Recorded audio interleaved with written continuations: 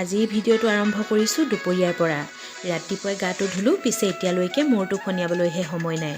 আজি অলপ ব্যস্ত আছোঁ আৰু তাকেই বোলো কিহতনো ব্যস্ত আছোঁ আপোনালোককো অলপ দেখুৱাওঁ। এইফালে আকৌ বতৰটো ডাৱৰীয়া যে, সেয়েহে ভিতৰতে আমাৰ ককাক আৰু নাতিনীয়েকে খেলি আছে। এইফালে মাজতে শৰাই দুখনো ধুই ল'লোঁ। কাইলৈ ককাৰ বছৰেকীয়া কৰ্মভাগ কৰিবলৈ লৈছোঁ, সেয়েহে আজি ঢেৰ কাম ওলাইছে। চিৰা অলপ যোৱাকালিয়ে জাৰি থৈছিলোঁ, পিছে ধানকেইটা কাঢ়িবলৈহে সময় নহ'ল। এতিয়া বোলো সেইকেইটাও কাঢ়ি লওঁ। দেউতাই আকৌ বাহিৰত গৈ পেলাই জুইকুৰা ধৰি দিলেগৈ। এতিয়া জুইকুৰাৰ ওচৰতে বহি ধানকেইটা বোলো বাছি লওঁ। তাৰ পাছতে চিৰাখিনি জাৰি হৈ গ'ল। এতিয়া আকৌ পাকঘৰলৈ বুলি আহিলোঁ আৰু পাকঘৰলৈ আহি এয়া ৰাতিৰ বাবে মটৰ কেইটামান তিয়াই লৈছোঁ প্ৰথমতে। তাৰ পাছতে আকৌ এইফালে মালপোৱা কেইটামান বনাবলৈ বুলি সেইকেইটাও ঠিক কৰি লৈছোঁ।